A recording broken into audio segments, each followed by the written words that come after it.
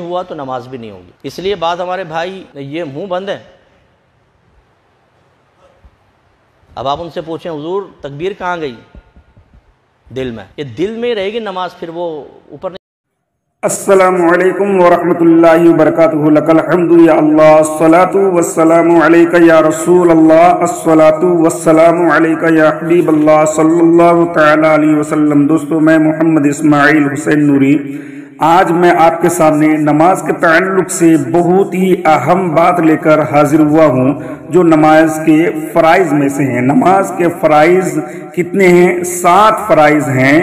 تکبیر تحریمہ پہلے جو فرض ہے وہ تکبیر تحریمہ، جو دراصل نماز کی شرائط میں سے ہے، مگر نماز کے افعال سے بہت زیادہ تعلق ہونے کی وجہ سے اسے نماز کے فرائض میں بھی شمار کیا جاتا ہے۔ اور دوسرا فرض کیا ہے؟ دوسرا فرض ہے قیام، یعنی سیدھا کھڑا ہونا نماز میں فرض ہے۔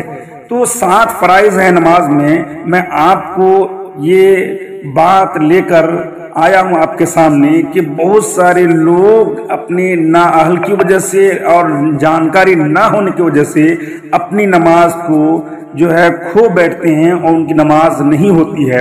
میں سمجھتا کہ 100% میں کم سے کم 70% یا 80% لوگ ایسے ہیں جن کی نماز نہیں ہوتی ہے۔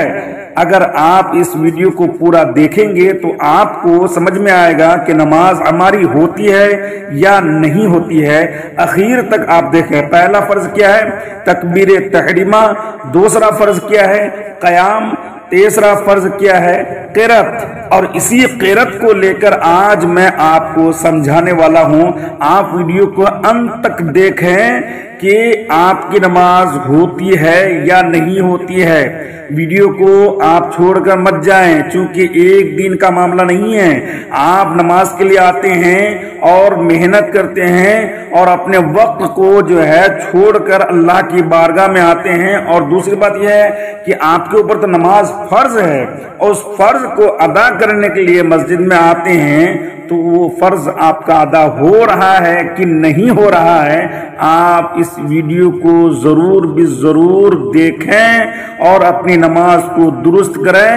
اور اگر آپ کو اچھا لگے کہ یہ ویڈیو صحیح ہے تو آپ دوسروں تک پہنچانے کی کوشش کریں۔ اللہ سے دعا ہے کہ اللہ تبارک و تعالی ہمیں اچھی سی اچھی اور نماز کو مکمل طور پر ادا کرنے کی توفیق عطا فرمائے۔ آپ ویڈیو کو پہلے دیکھیں۔ جو بہت ہی امپورٹنٹ ہے، میں پہلے آپ کو بتا چکا ہوں لیکن ایک دفعہ دہرا دیتا ہوں کہ جہاں کہیں شریعت کہتی ہے کہو یا پڑھو، اس کا مطلب ہوتا ہے اتنی آواز سے کہو، اتنی آواز سے پڑھو کہ آپ کے اپنے کان اپنی آواز کو سن لیں، جبکہ اطراف میں کوئی شور وغیرہ نہ ہو۔ جیسے آپ کسی مشین چل رہی ہے، اس کے پاس نماز پڑھ رہے ہیں، تو ہو سکتا ہے آپ کی آواز کان تک نہ پہنچ پائے، وہ مشین کی وجہ سے۔ لیکن آپ کو سوچنا ہوگا اگر مشین نہ ہوتی تو کیا میری آواز کان تک آ جاتی کہ نہیں؟ تو لہذا جہاں کچھ پڑھنا فرض ہوتا ہے، جیسے تکبیر تحریمہ فرض ہے، تو اس میں اتنی آواز فرض ہوگی کہ آپ کے اپنے کان اس کو سن لیں۔ لہٰذا اگر کانوں نے نہیں سنا تو ترک فرض ہو جائے گا، اور جب فرض نہیں ہوا تو نماز بھی نہیں ہوگی۔ اس لیے بعض ہمارے بھائی یہ منہ بند ہیں۔ اب آپ ان سے پوچھیں حضور تکبیر کہاں گئی؟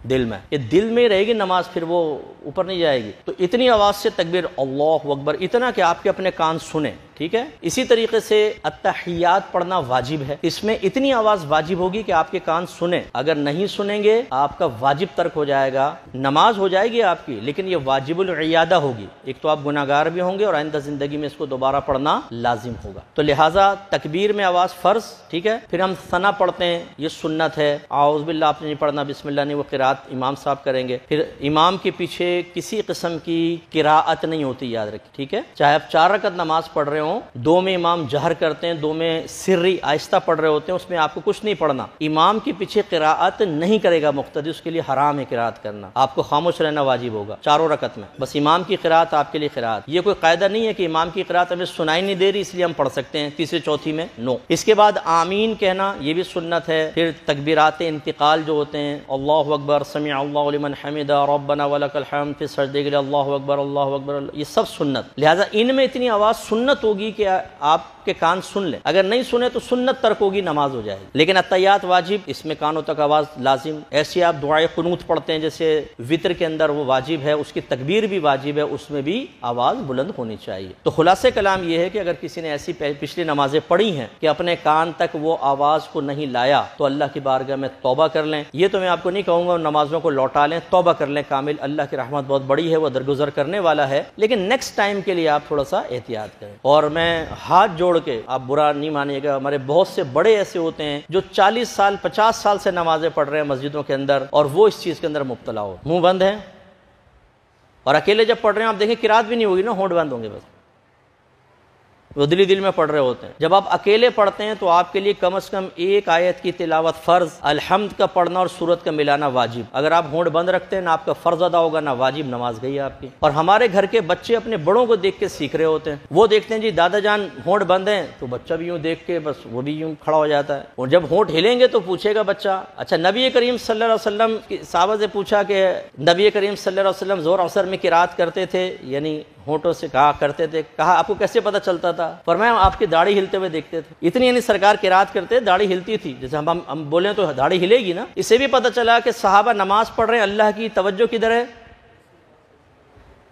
لیکن کوئی شرک نہیں ہو رہا نا، نبی کی تعظیم، نبی کو دیکھ رہے ہیں، عزت نبی کی پیدا ہو رہی، کوئی شرک کا فتویٰ جاری نہیں ہوا۔ دوسرے نے نہیں کہا کہ تم اللہ کی نماز پڑھ رہے تھے کہ نبی کو دیکھ رہے تھے، نبی کو دیکھو گے تو نبی کی تعظیم کا خیال آئے گا، اللہ کی تعظیم، نبی کی تعظیم جمع شرک، کافر و مشرک نہیں۔ اس لیے یہ مبالغہ آرائیاں ہمیں اپنے معاشرے سے ختم کرنی چاہیے، حد اعتدال میں رہ کے حکم لگانا ضروری ہوتا ہے۔ ایسی جب آپ نکاح کرتے ہیں، اچھا نکاح میں دولہا کی آواز بڑی تیز نکلتی ہے، اس میں نہیں ہونٹ بند کر کے یوں کر لیتا، لیکن اس میں بہرحال اس میں بھی ہم یہ کہتے ہیں بیٹا اتنی آواز سے بولنا کہ گواہ بھی سن لیں، تو اس میں تو خیر بڑے جرت کے ساتھ جو ہے وہ نوجوان جو ہے وہ بولتا ہے۔ ایسی قربانی کے اندر یاد رکھیں، اگر آپ نے ہونٹ بند ہیں، دل میں بسم اللہ اللہ اکبر کہی تو یہ مردار ہو جائے گا، بلکہ جن دو کے ہاتھ چھری کے اوپر ہوتے ہیں ان دونوں پہ اتنی آواز سے پڑھنا واجب ہے کہ اپنے کان سنیں۔ لہذا بعض اوقات قصائی کہتا ہے آپ بھی ہاتھ لگا لیں، وہ مالک نے ہاتھ لگا لیا، قصائی نے کہا بسم اللہ اللہ اکبر، اور ہم نے کچھ نہیں کہا کہ اس نے پڑھ تو لی، مردار ہو جائے گا۔ جتنے لوگ فعل ذبح میں شریک ہوں گے ان دونوں کے اوپر تکبیر پڑھنا واجب ہے۔ لہذا آپ کا ہاتھ چھری پر ہے، اس کا ہاتھ بھی چھری پر ہے، دو آدمیوں کا فعل ہے، دونوں کو تکبیر کرنی ہوگی، تب یہ جانور حلال ہوگا ورنہ حرام ہو جائے گا۔ تو یہ بعض اوقات پانوں کے گٹکے یہاں پہ بھرے ہوتے ہیں، یہاں پہ قصائی نا